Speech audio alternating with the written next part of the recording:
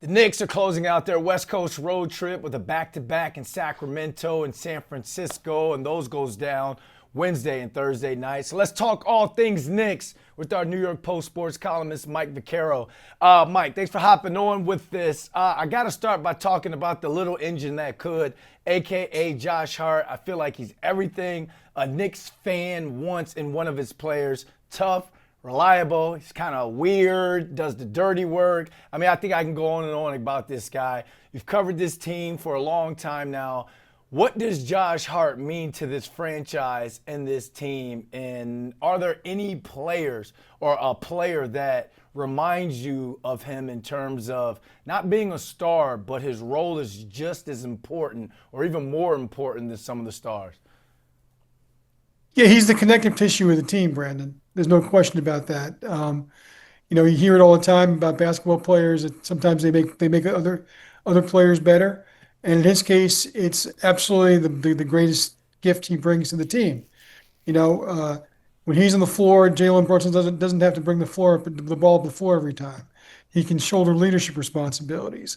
OG Anunoby doesn't have to guard everybody. Extra set of hands. And there's just an energy and a swagger that he brings that isn't reflective necessarily in the score sheet, even though he's kind of a triple-double specialist, but he's not going to, knock you out with his lockdown defense or his eye-popping shooting. He just does a lot of things very well, and more to the point, other guys on the floor are better off when he's out there. A lot of people talk about Bill Bradley on the old Knicks being that kind of a player. I think on the Knicks of the '90s, that was like a Charles Oakley, who wasn't going to lead the league in rebounding or scoring, but when he was on the floor, everybody else seemed to be a little bit better. Anthony Mason had a little bit of that in him also.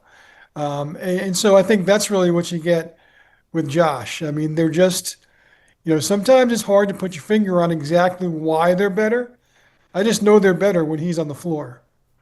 Connective tissue, cardiac muscle. This dude is all heart, plays with all heart. But on the flip side, there are a lot of Knicks fans who continue to question Karl-Anthony Towns and his dominance. I think he's having one of the worst shooting seasons in his career. One game he's hot, the next he's not, and he's not even out there. We've seen Mike Brown keep him on the bench in some clutch moments to ride other hot hands. So is Cat the number two that you feel as though can help Jalen Brunson and this team win a championship? Look, we've seen it enough to know that it's in there. I think we all know that he's had a little bit of a longer adjustment period to Mike Brown and the way Mike Brown does things than other guys on the team have, certainly more than he wanted. I just think that, look, I mean, we're still at the halfway mark of this season. And this is a guy who's a career, 24 and 12 guy, and usually about a 40% shooter from three, always over 50% overall. And those numbers are down. I think it's got a lot to do with sometimes he gets in his own head. And I just think he has to figure out what makes him comfortable. I actually think Josh Hart's greatest asset is what he gives to Cat because he kind of clears space under the boards. He, knows how to get guys the ball in the right positions. And for Cat, you know, a lot of times he relies too much on being 30 feet from the basket. And sometimes he takes those long threes, but often he starts his drive out there. And that gives the entire defense time to adjust to him. And so that's the reason why he always winds up collecting 2 and 3 offensive fouls every game. I think, Josh Hart is the kind of guy who inspires movement. And look, Cat's greatest hidden skill is he's a tremendous passer. And when Josh is on the floor, the rest of the players tend to move without the ball as well.